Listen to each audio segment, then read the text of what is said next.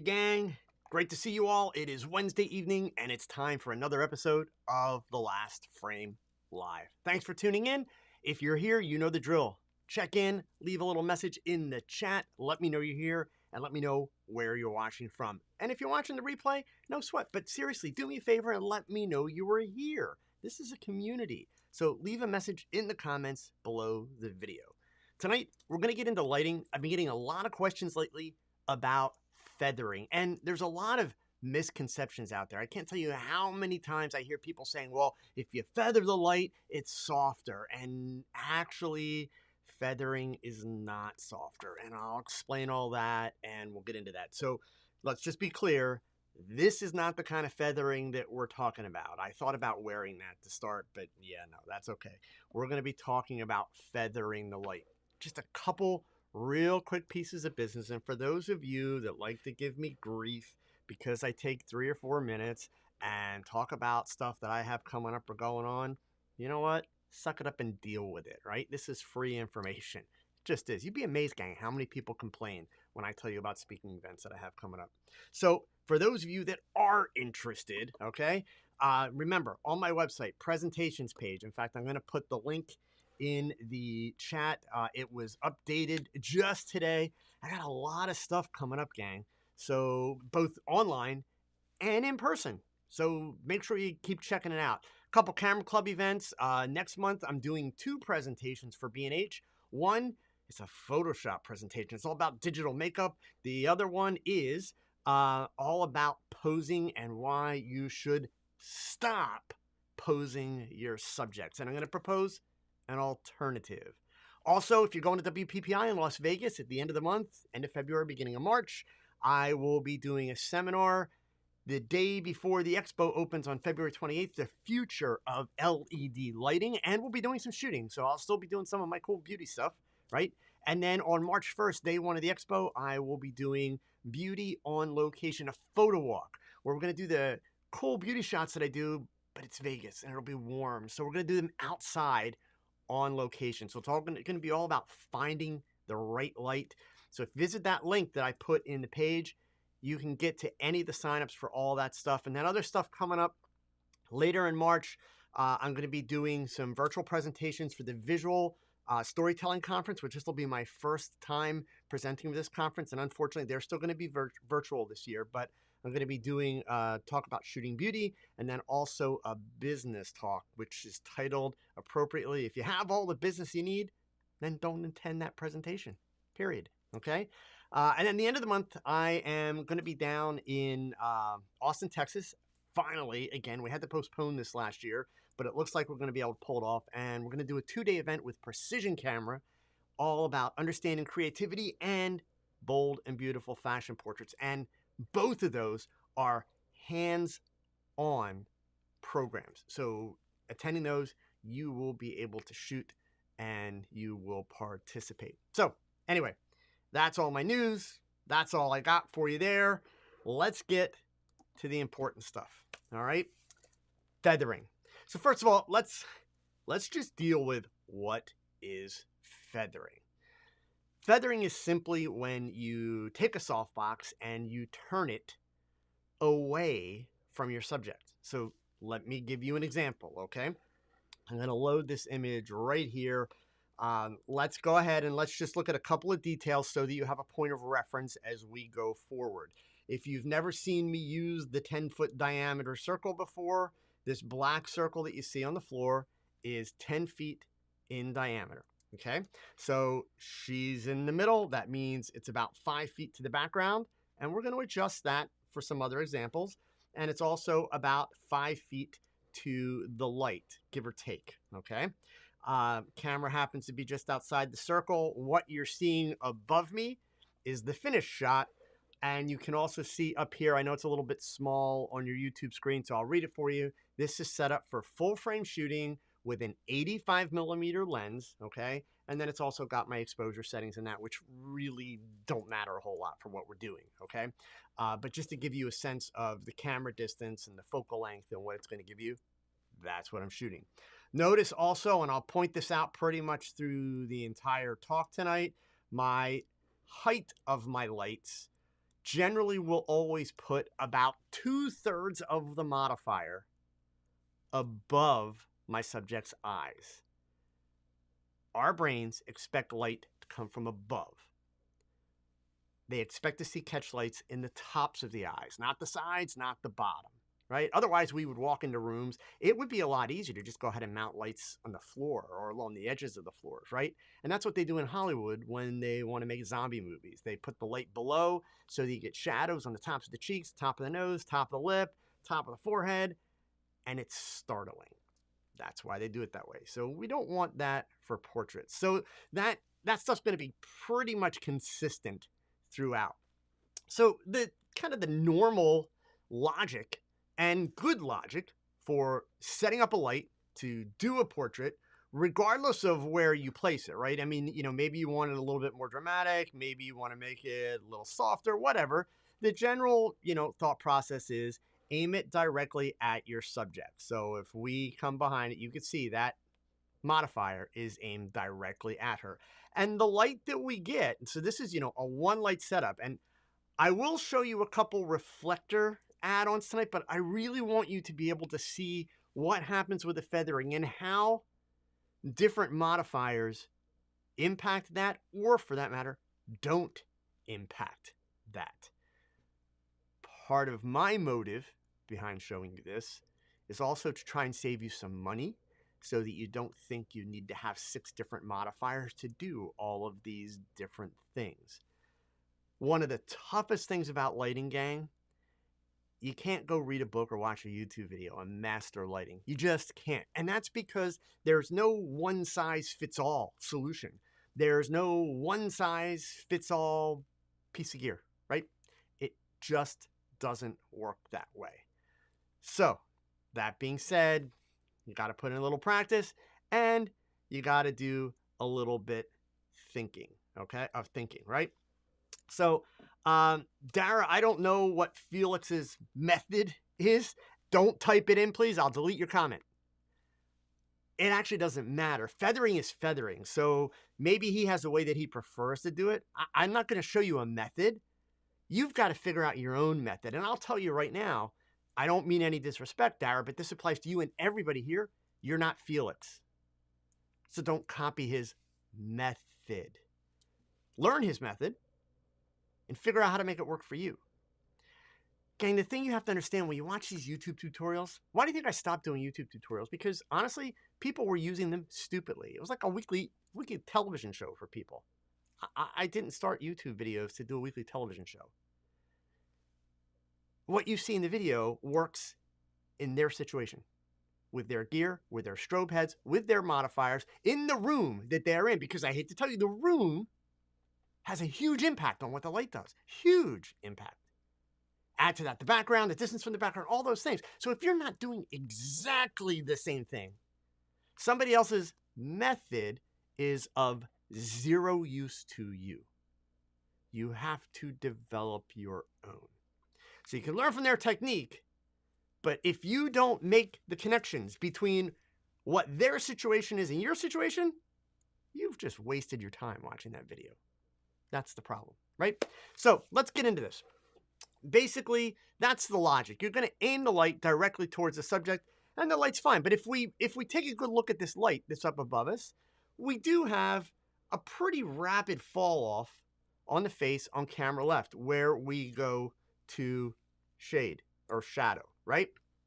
A lot of people will like what you see here. We've got, you know, nice definition, not heavy shadows on the face. Other people will be like, yeah, but it needs a reflector or it needs a rim light or something like that. Now, certainly, as you know that I do, if you follow my Instagram channel where I show all of my lighting diagrams, I use reflectors a lot. So I could add a reflector in like you see here on camera left, right next to my subject. I'm going to turn it off, turn it on. So again, look up above me. I'll turn it off, turn it on, okay? So the reflector has value, but we're going to talk just about light, nothing else. So there's 2 ways that we could feather this shot right now. One would be to turn the modifier more towards camera right. The other would actually be to turn it across the frame. And that's what I'm going to do first. In fact, here, let me switch this so I'm above a little bit. I'm going to go ahead and I'm going to turn this across like so. All right. Now, it got darker. You can see that above me, right? So I need to add approximately a stop of light. It's not going to be quite a full stop. Yeah, we're going to stop right about there. So now you can see that just by feathering that light across her face, and let me come back to the side now, you can see how far it is not aimed directly at her. It is aimed almost straight across, right? You can see how much we have softened that. So now I want you to watch above me. I'm going to go ahead and I'm going to click one button and the light's going to aim right back at her. So you'll see the light change in the preview above me, right? So I've got it feathered right now, and then I'm going to go ahead and aim it right back to her. And now you see that harshness kind of come back. Obviously, we have to turn it back down. There we go, right? So neither one of these is wrong. But if you're working simply with one light and you want to go ahead and you want to soften up that shadow a little bit and you don't have a reflector, or you don't want to take the time to set up a reflector, understand, gang, there are a lot of times when you have a subject in front of your camera and they're ready to have their picture taken. In the time it takes you to unfold a reflector and set it up, put in a set of clamps, whatever, or for that matter, even hold it yourself, right? If you've got a setup like this one where your key light is on camera right, if you're shooting close enough to your subject, you know, you could one hand the camera and hold the reflector out at arm's length. I've done that. I don't recommend it. It's not a good habit, but in a pinch, it'll work, right? So you could do that. But in the time that you're working all that out, your subject's sitting there twiddling their thumbs.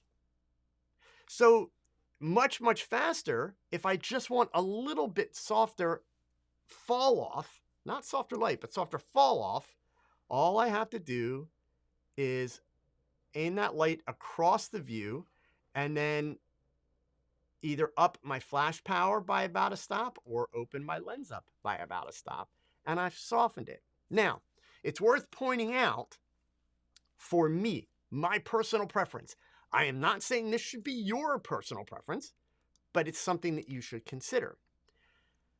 If you look through my photography, you will see that frequently, majority of the time, in fact, here, let me go ahead and switch over to a browser so that I can show you, and I'll bring up my portfolio. If you look at the lighting that I don't do a lot of harsh, dramatic lighting on faces. I like flattering, soft, even light with definition.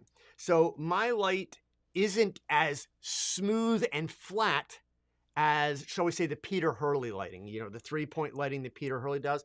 That is great for actors, but personally, I find that light to be boring otherwise. Because if you look at so many of the headshots that are being done by, I'm going to get myself in trouble, but if you look at so many of the headshots that are being done by people using those 3 Westcott panels in that triangle shape, not only do you wind up with these triangle catch lights, but you wind up with headshots on the gray background where the person looks like they were cut out with scissors because everything's completely flat. There's no shadows, there's no depth, like nothing, right? So I still like to have some shadow, some depth, but my lighting is for the most part pretty smooth, okay? So I'm not talking about, you know, having extreme light. So this kind of a solution for me is perfect, quick, simple, and easy. Now, I said that you could also here, I'm going to go ahead and I'm going to aim this back right at her. We're going to go ahead and we're going to bring it back down to the original exposure, okay? I could also feather in the opposite direction. Oh, I'm sorry, I forgot to point something out. Let me show you this, okay? So I'm going to feather this one more time. What I want you to look, well, here, I'll show you. Let's do the feather. And let me bring the power back so that I have the exposures matched. There we go, okay? I want you to pay close attention above me to the tone of the gray background. So you guys hear me talk about how I love gray backgrounds. This is a Savage Thunder Gray background. So it's that slightly dark middle gray, right? It's not in the very middle of the gray scale. It's slightly to the dark side, but it's not uber dark. Now that I have it feathered, look at the tonal scale and the tonal range. So you can look at kind of the separation that you have here. Watch what happens when I go ahead and I aim the light back and bring the exposure back. I want you to notice how it actually got a little bit darker, okay? It got lighter because of the feathering. Not dramatically, and in part, that's because the background's still 5 feet away. But it does change the brightness of your background. That's that inverse square law stuff, gang, okay? So now that I'm here, I can go ahead and I can feather in the opposite direction if I want.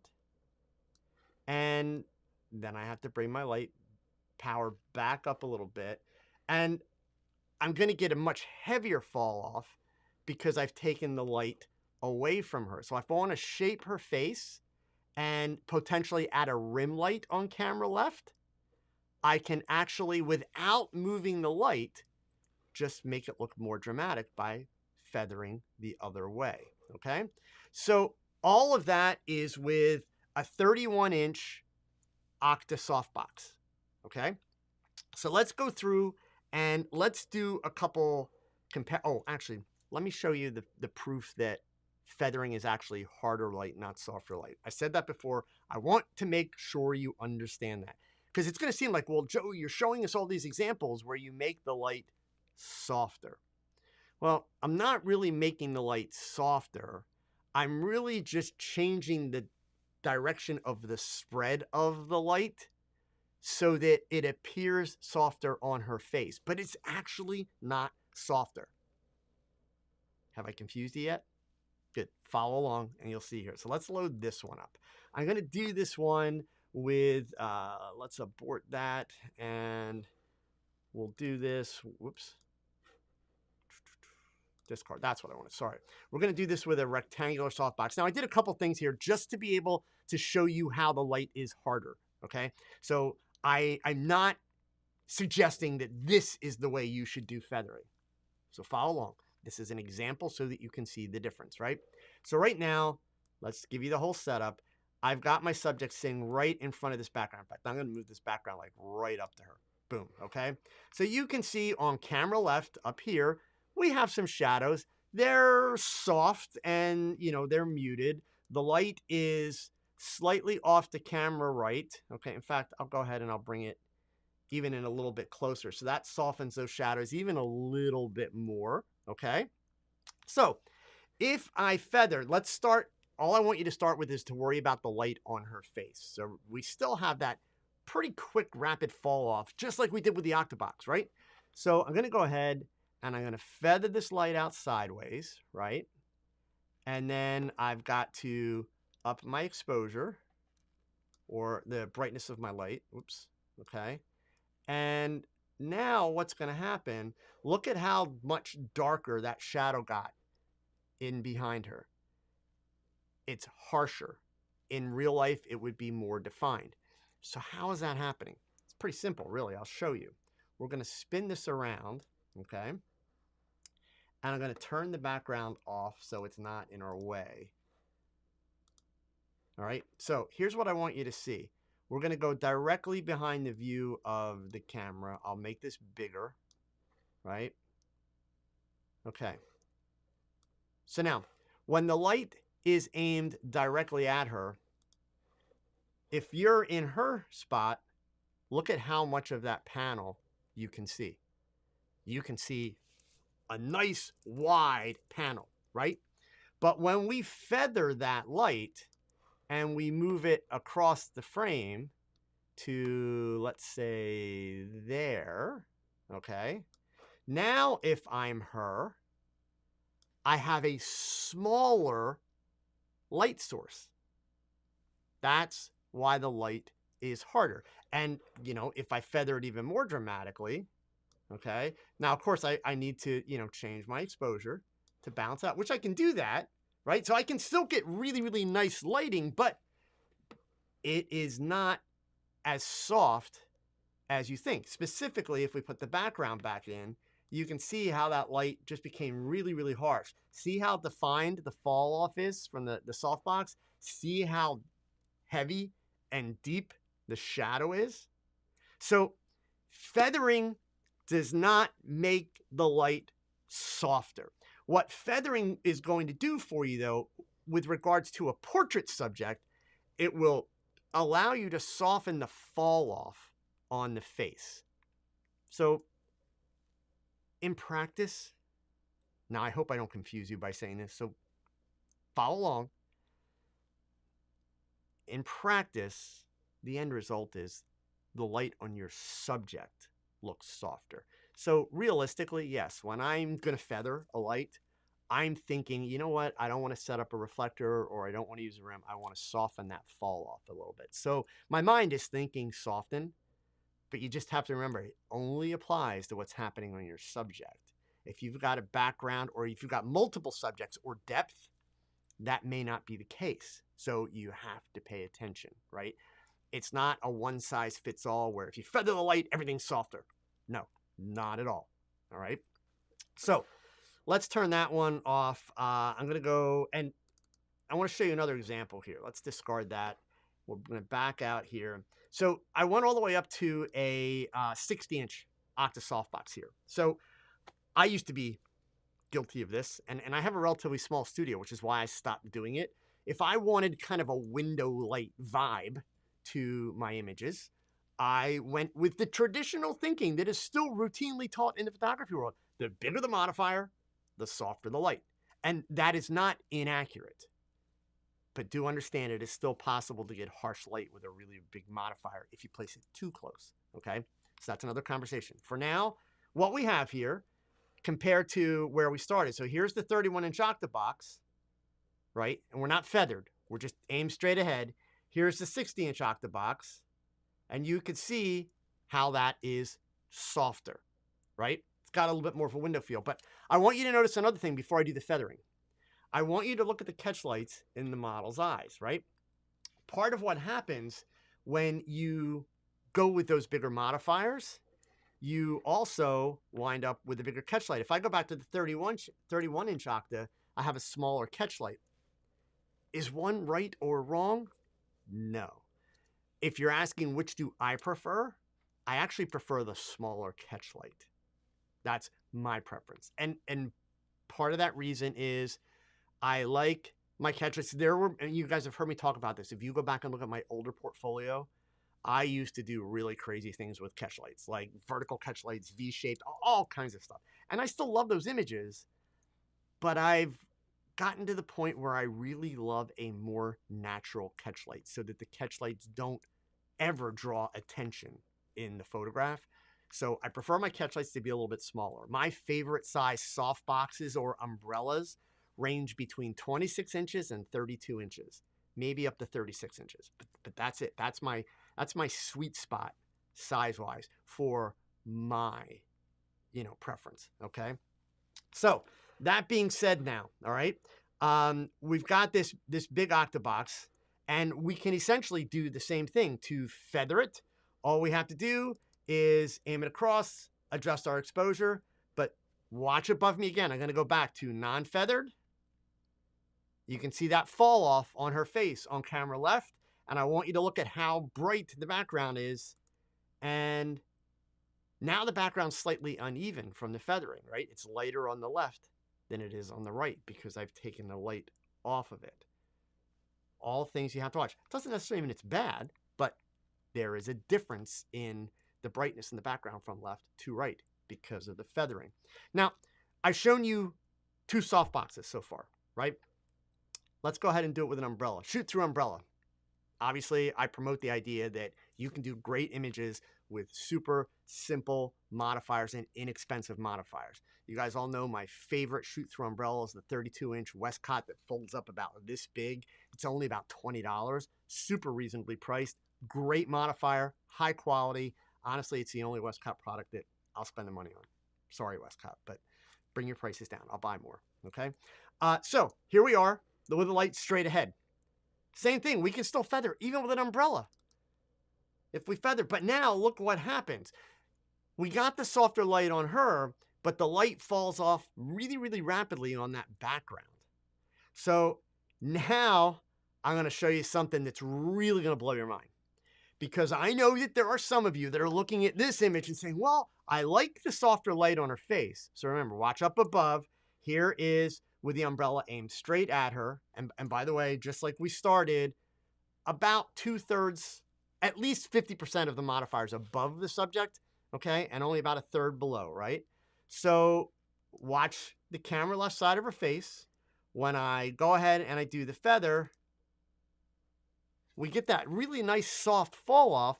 But I know that some of you, because some of you are engineering minded, are like, yeah, but the background's darker on the right side than it is the left side.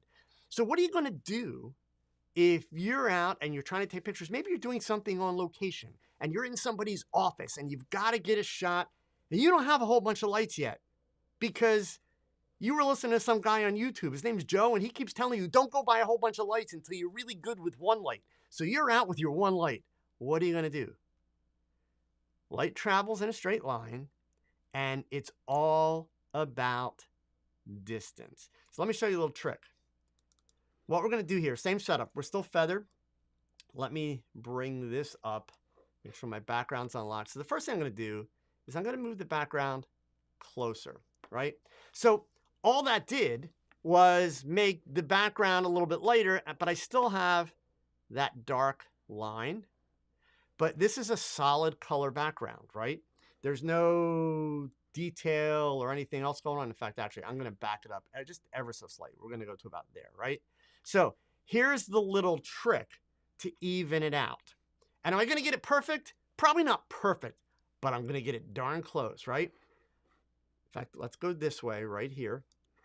I'm going to turn and angle the backdrop. Look how even the backdrop is by putting it on an angle. So I took the darkest side, camera right, and I brought it a little closer to the light source. And I took the furthest side, or excuse me, the brightest side, which was camera left, and I angled it. And at the same time, evened it out. Come a little bit more. That's darn close to being even. So this, gang, I can't stress it enough.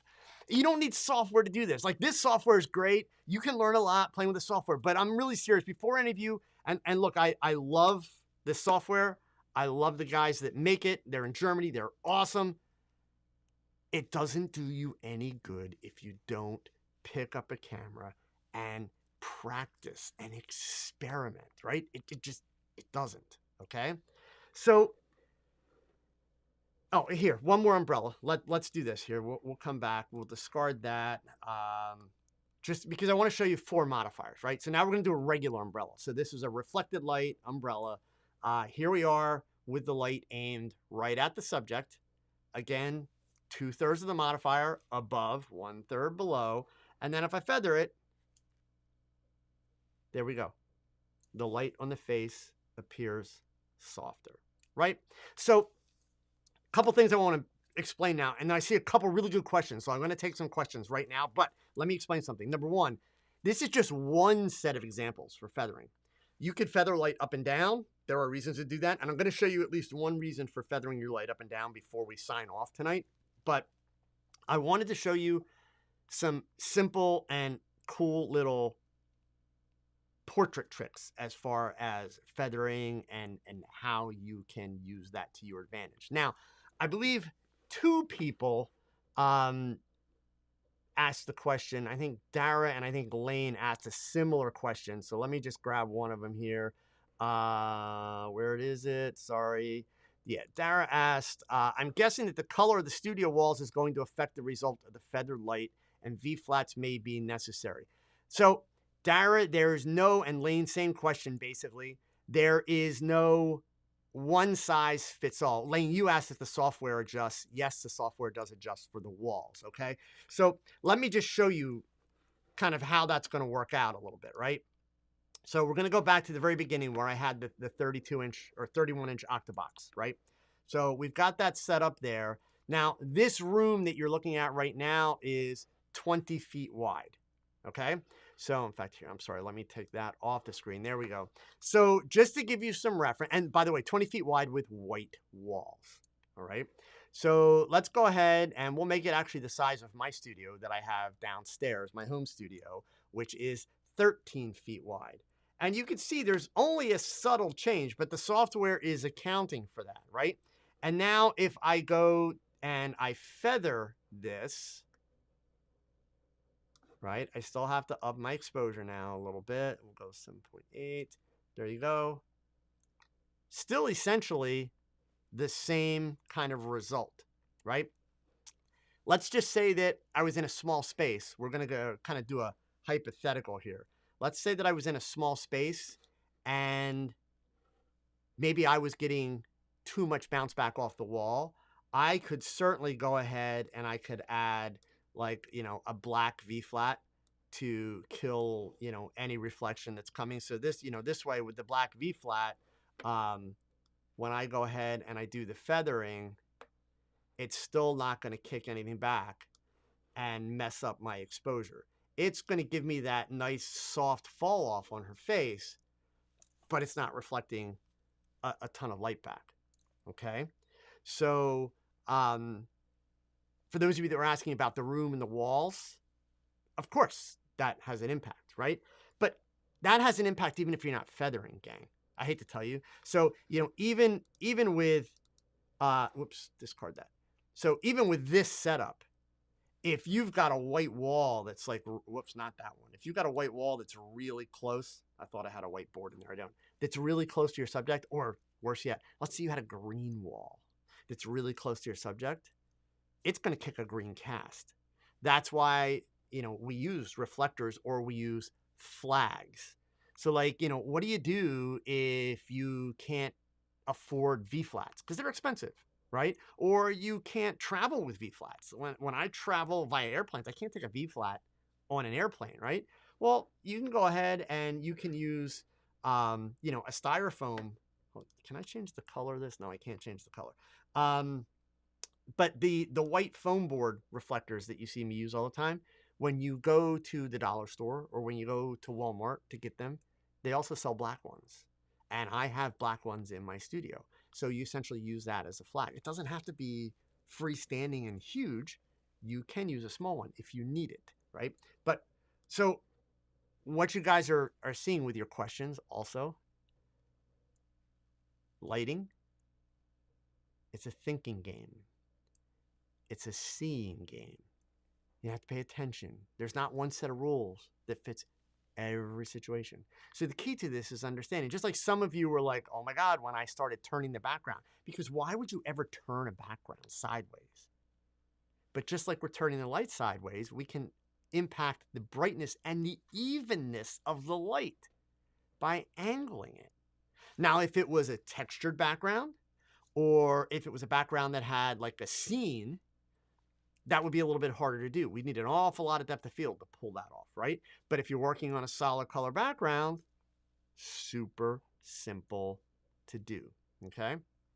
So let's see. Delta Dave has a question here. How does feathering get affected when the modifier has the light pointed at the subject versus the light pointed away? Not at all, Dave. It doesn't change a thing. And that's because regardless of whether your light points into the modifier or points out of the modifier, the front of the modifier is the light source for all intents and purposes, right?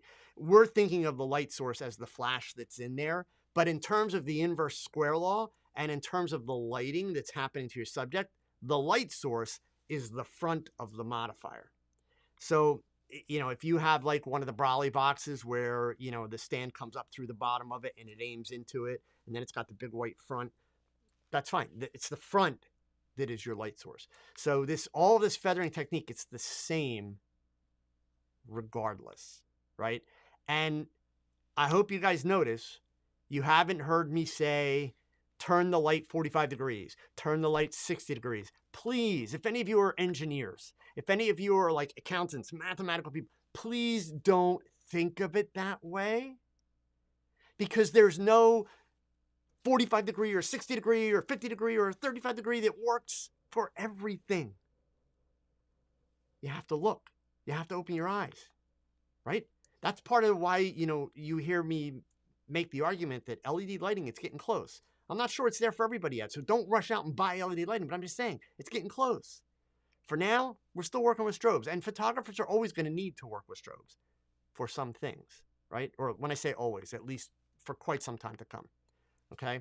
So, again, there's no one size fits all. So don't get locked in on a turn it 45 degrees, turn it this many degrees. In fact, if you really want to get a sense of your feathering, walk around behind your subject so that when you do that feather, here, let me turn the background off again.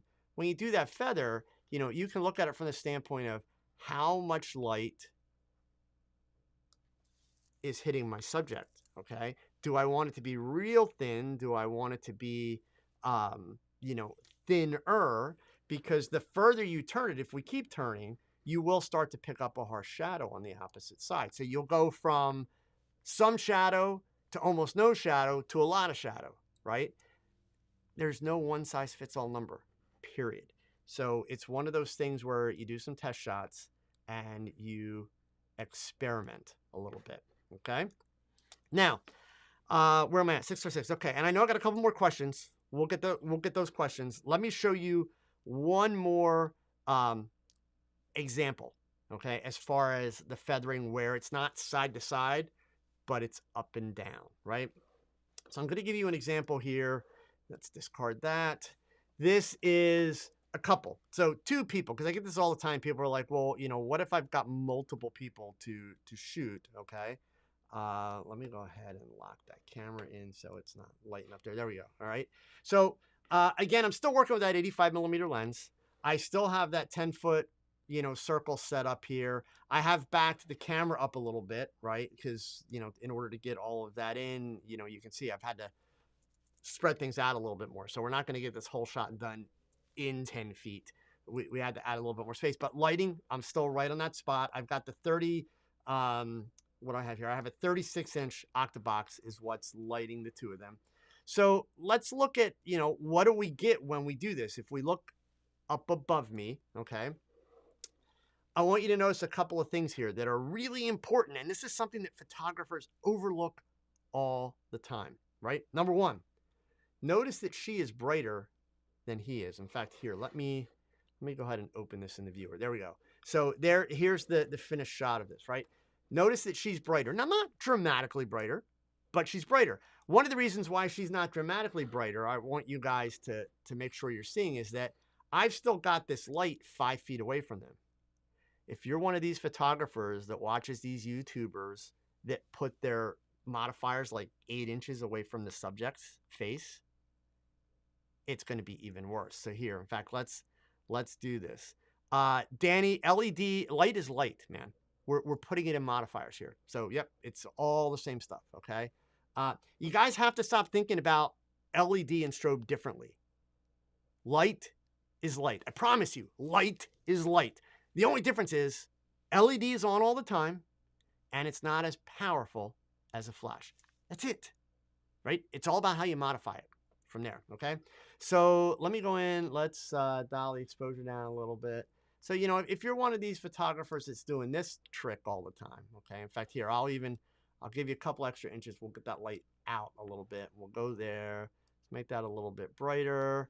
Okay, and then let's see here. Let me go to, I need to apply that and open viewer. So now look how much brighter she is. She's considerably brighter here. Let me render that one so it doesn't look as blurry.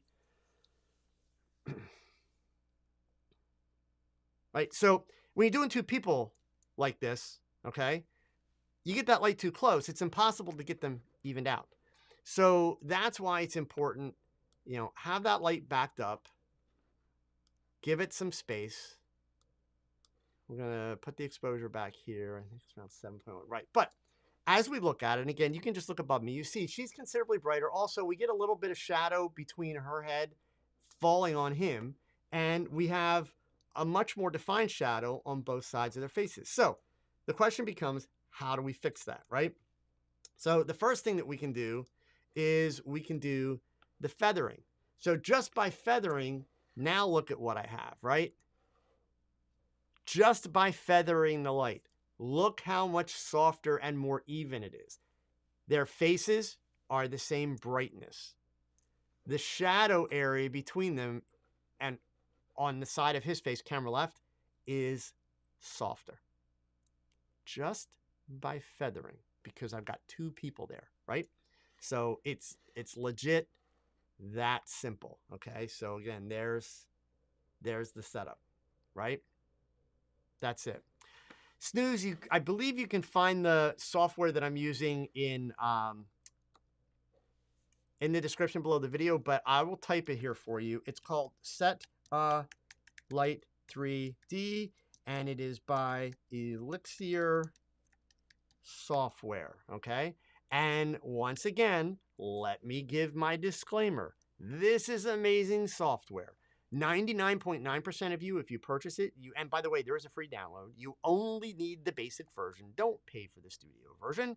And understand that if you don't go and set up lights and do these things, get a mannequin. And I'll tell you right now, students, here's my challenge to you. I don't know who you are, but here's my challenge to you. If you can afford this software, you also need to buy a mannequin. Promise me that if you buy the software, you buy a mannequin. $70, I'll get you my mannequin, the link to my mannequin. It's on Amazon before we get off the air, okay? If you buy a mannequin, you have to give her a name. It's a rule. My mannequin's name is Lola. She's in a lot of my videos. You can check them out, right? But because the software does you no good if you don't practice. Please understand that, right? All of you. The software does you no good if you don't actually pick up a camera and lights and do it. Because it's not about doing it on the software. It's about learning to see it with your own eyes. Because when is it you're making your mistakes? You're not making your mistakes in software. You're not making your mistakes in your head. You're making your mistakes when you've got a person in front of you, lights set up, a camera in your hand, and you're not seeing the shadows. You're not seeing one subject being brighter than the other. You're not seeing any of that in real time on your camera. The software is not going to stop you from that mistake. It'll help you, but it's not going to stop you. The only way you stop making that mistake is to teach your brain to pay attention to those things. Part of that is by establishing habits so that when you're shooting and you do a test shot, you know, ooh, you know what? I need to make sure I've got two people here and one's closer to the light than the other. Is one brighter than the other? Maybe I need to back my light up. It's getting that actual working experience. So the software can give you ideas. It can help you plan things out. But if you're going to buy the software, please buy a mannequin, okay? In fact, here, give me just half a second. I'm going to get my mannequin link right now, and I will... And yes, the link I'm about to share with you, I won't lie, it is an affiliate link. So, you know, I'll make like $1, I think, if you buy it. But this is the mannequin that I have, okay? In fact, it's cheaper now than when I bought it, which I don't understand because I've had mine for a bunch of years. But they're down to $57.99 on Amazon, and that's it. Please do buy her some clothes, get a wig, you know. But the important thing with the mannequin, if you don't buy my mannequin, seriously, all jokes aside, the important thing is make sure that you get a mannequin that actually has depth to the face. You want it to have a nose and cheeks and lips. There are some mannequins where the faces are just kind of painted on and they're smooth. Well, that doesn't really help you to see if your portrait lighting's working, right? So you need, you know, an actual chin and lips and a nose and eye sockets. This particular one also, the eyes are glossy. So you'll see catch lights in your test shots, which is also very nice, okay? All right, so back to it here because I'm gonna run out of time. Let's take this concept that we have here and let's go ahead and let's do full length now for a minute, right? So I've rolled the background all the way out. I have switched to a 50mm lens. Also important to note, so the height of my light, I had to move it up a little bit, but still it's the same situation, right? 2/3 above, 1/3 below, approximately, right? You don't have to, you know, measure all that stuff and that. It's eyeball it, but the point is be paying attention to that, right? That's the key. So, but the other thing is I want you to notice though, I've lowered the camera. In fact, I'm going to lower the camera even a little bit more so that what I want here, let me set this up so that you guys can see it. Here is a big mistake that so many of you make. So many of you make. okay? You do a full-length picture, and when you're ready to take the shot, suddenly it's like your knees don't bend. Actually, I have to give credit where credit is due. Former Olympus visionary Jamie McDonald from Michigan, he came up with this phrase, and it's perfect. He calls it AEL syndrome. Always eye level syndrome. So the problem is, if I set this camera at eye level with the two of them, look at the perspective. Watch the picture above me. Look at the perspective. It shortens their bodies. I'm looking down, right? So when you're going to do that full-length shot, your goal is to have your sensor parallel to your subject. If you're standing up, you got to tilt the camera down, right? So you want it parallel. This way you get proper body perspective. And notice, that's with a 50mm lens. I don't need a super long lens. I don't need a massive, studio space. No, okay? I can do it with a 50mm. So, but that being said, let's look at this image and kind of take note of a few things here. Let me apply that really quick. And, all right, so here's the image. Let me render it real quick. And a few things that are important to see now, right? Now, I've got them pretty close to the backdrop. I'll go back and I'll show you the distance again, but they're certainly standing on it, but they're also very close to the vertical part of the backdrop. For a fashion picture, for a simple shot, I don't mind this shadow. So for those of you where the shadow's bothering you, do me a favor, just ignore it for right now, because that's not the point that I'm trying to make. So let me teach you this feathering trick so that you teach yourself to see it, okay? I want you to notice that I've got, fairly even light on the two of them, in part because I backed the light up a little bit. But notice how, since she's wearing these light gray pants, the brightest part of the picture is down here, not up here, right? And that's kind of where the light is aimed. It's aimed at the middle of their bodies. So I get the fall off down here. Face is okay, but I got this bright area there. I'd rather have the lighting more even from top to bottom. That's what I'd rather have, right? So if I come back here now and I go ahead, excuse me, it's aimed at their faces. If I aim it down like that to kind of cover all of them, now you see that difference? Now it looks like the light would cover all of them, right? You can already see now the pants get even brighter yet. That's not ideal. The feet are a little bit better, but still dark. Let me go back, right? So feet get a little better. Still not great. But if I feather the light down, now I can get them even from head to toe. Right? So the point is, this is actually kind of simple. But what makes it simple is you got to keep doing it and playing with it and experiment with it, right? So one of the things I encourage all of you, if you're trying to learn how to photograph people, whether it be portraits, whether it be models, any of that kind of stuff, one, start with a mannequin. Mannequins are great because they can hold poses forever. They never talk back. They never give you grief. You don't have to feed them. They don't need water. No bathroom breaks. Awesome, right?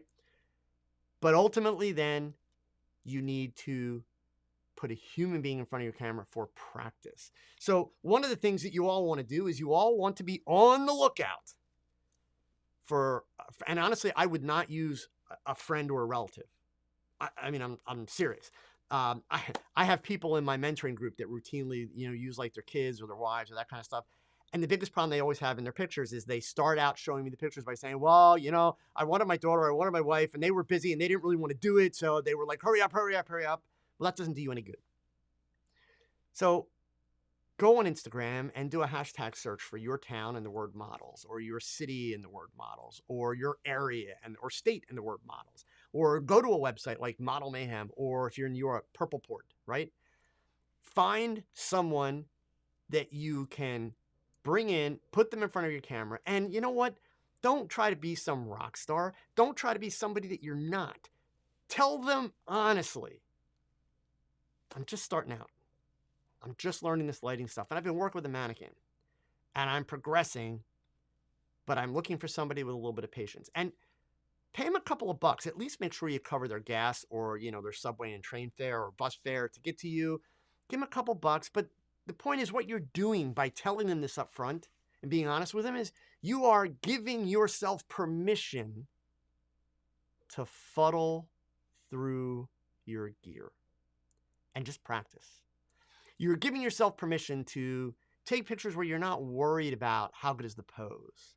Am I getting good expressions? None of that stuff, because you're really just trying to get some lighting experience. And certainly while you have them there, you want to make sure after you've been doing a lot of practicing and experimenting and they've been so patient, you want to settle in on whatever has looked best that day. And then before you're done, you do want to start to engage them and talk to them. You want to create some nice photographs for them, so you have at least one or two really good shots to send to them afterwards.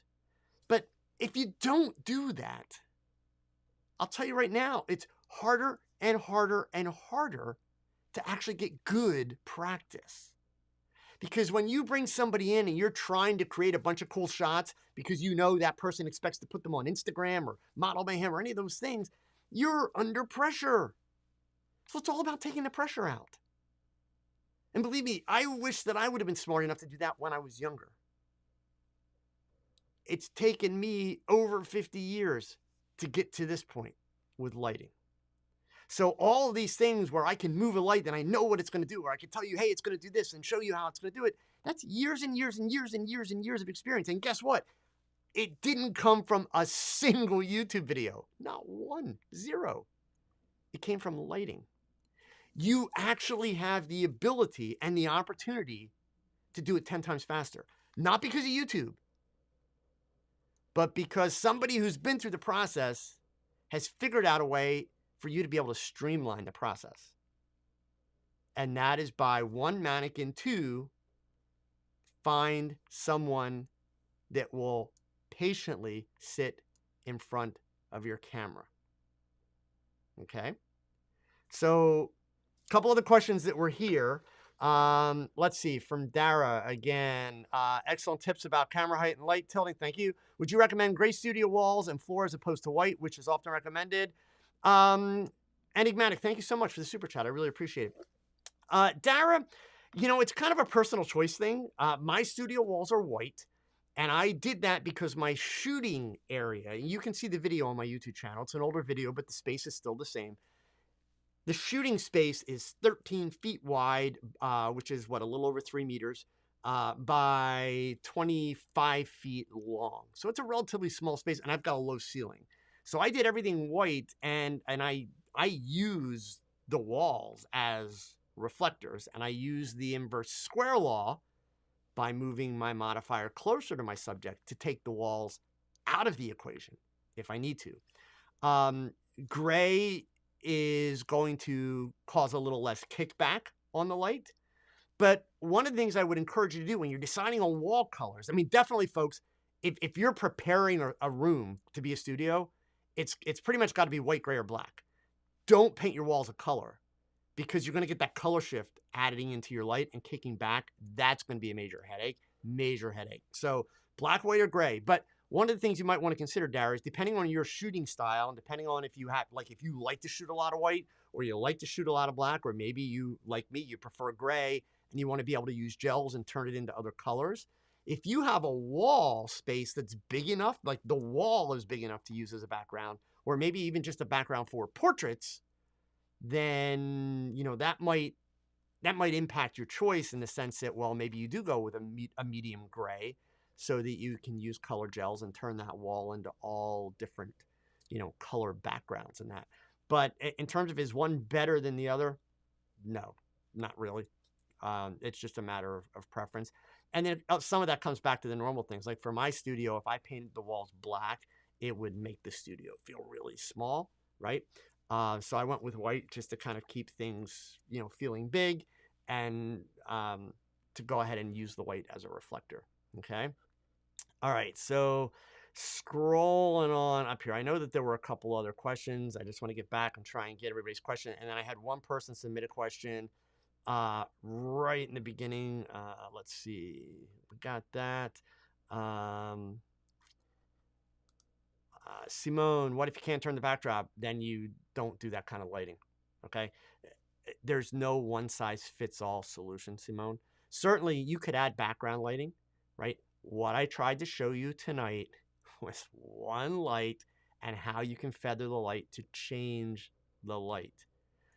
Please, please, none of you don't walk away from this saying, oh, that's how I light portraits. No, it is one tool in your toolkit. Really what I want you to see is it doesn't matter what modifier you have. You can make the same light, right? So, and you can make many different kinds of light with one modifier, like any one modifier, okay? Lorraine, what white paint do I recommend? The kind that's white. White paint, bright white paint, okay? Beyond that, honestly, it doesn't matter. In fact, my walls are glossy, if that's what you're asking. For white, I use glossy because it doesn't matter. If I'm using gray or black, I would want it matte, okay? But beyond that, white, okay? So let's see here. Scrolling on up to see if I missed any others.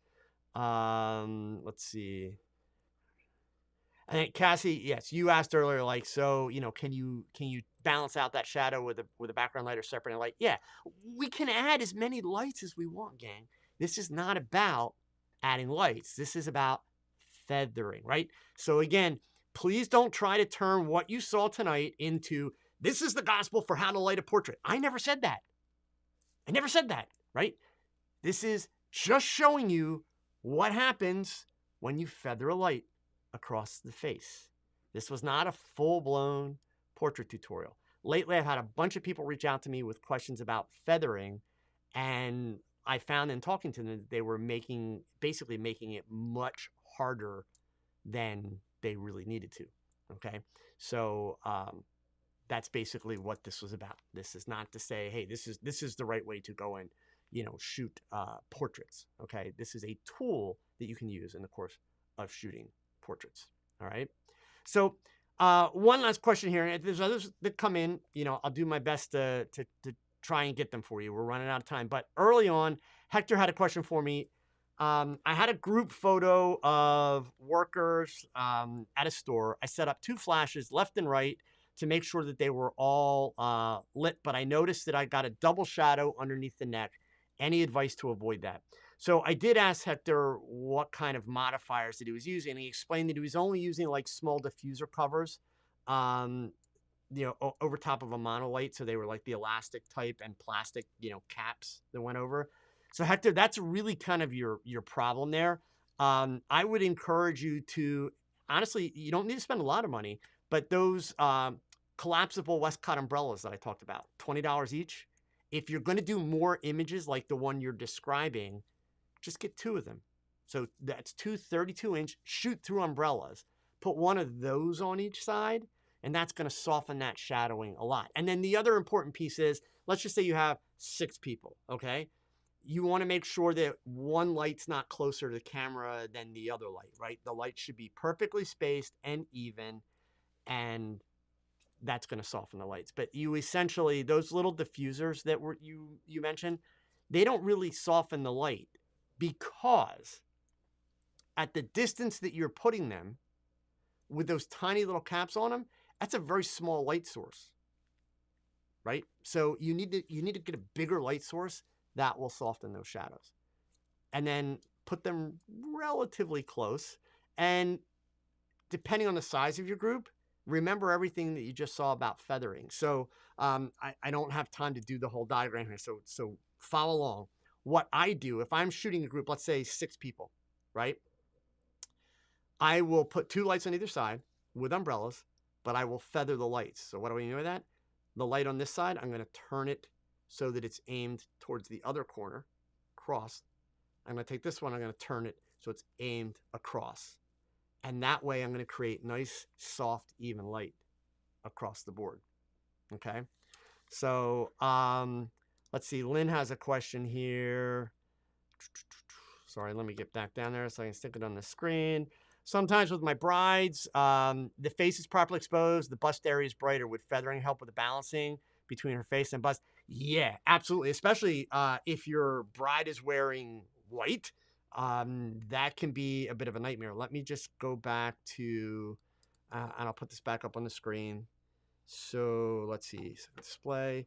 We'll go back to the first setup here where I've got the 32-inch Octabox, and this would work with, again, any of the modifiers. Let me see if I can get her into a white top there. So that's, or actually, let's go back to that feather or to that sweater and see if I can make that white. Can I do that? I can do that white. Okay. So it's like a light gray, but so aimed with the light, at her. Okay. That's what we're getting. And while it's not super bright, it is really kind of distracting. So one of the options is to bring that light up higher. Okay. And you see how the sweater got darker. Now, the challenge is, and it's about finding the balance point, Lynn, right? If we come up too high with the light, we also start to make the shadows harsher, which is, now obviously we have to adjust the exposure, okay? But that's not necessarily flattering. So yes, we want to kind of find that balance point. And by doing that, because one of the things, gang, I've talked about this a couple times recently. If you look at my fashion portraits and my beauty shots and all that kind of stuff, one of the things you'll notice, and now that I tell you, you'll never not see it.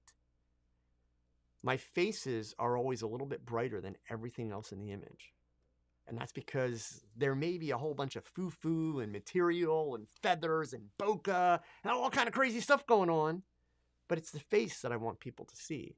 So my face is always the brightest spot. So Lynn, yes, feathering works in that same scenario where really what you're doing is you're knocking down, the amount of light that's going to hit that white dress or the bride's chest if she's wearing just like a strapless bridal gown, that type of thing. And that's going to keep the focus on the face because the face is going to be a little bit lighter. That's really the key. All right. Okay, gang. So hopefully that gives you a little bit better understanding. So I can't stress it again. Remember, this is not me saying that's how you light a portrait. You could light a portrait the way that I showed you. Absolutely. And you saw we got some really, really nice lighting and some nice separation. It is simply a matter of understanding feathering is an important tool in your lighting toolkit, period. But it only works if you understand what you're doing and why you're doing it. And it only works if you're really, really paying attention to the results. So it's not just as simple as, well, turn the light. Okay, it's feathered, I'm done. No. When you turn the light, number one, you have to adjust the power or open up your aperture because you lose some light. Number two, there is the question of, well, how much do I turn it? That's entirely up to you. It is subjective. The more you turn it, generally, the softer that feathering will happen on the face. The less you turn it, you'll get some softer, but not really soft.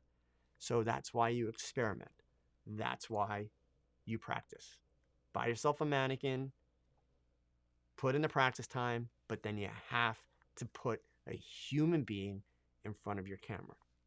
Nothing's as good as the real thing when it comes to really learning. Okay? All right, gang. Hey, listen, seriously, I hope that you guys found that useful. Thank you for hanging out with me tonight. I will see you guys next week. Remember, really quick, please check out the updated teaching schedule that is on my website. Whole bunch of new dates, a whole bunch of new presentations coming up, and there's actually even more that's going to be added over the next week or so. So please do check that out. In fact, here, let me put that link in here so that you guys have it. But as always, gang, go pick up your camera and shoot something because your best shot, it's your next shot. Adios. Thanks for watching.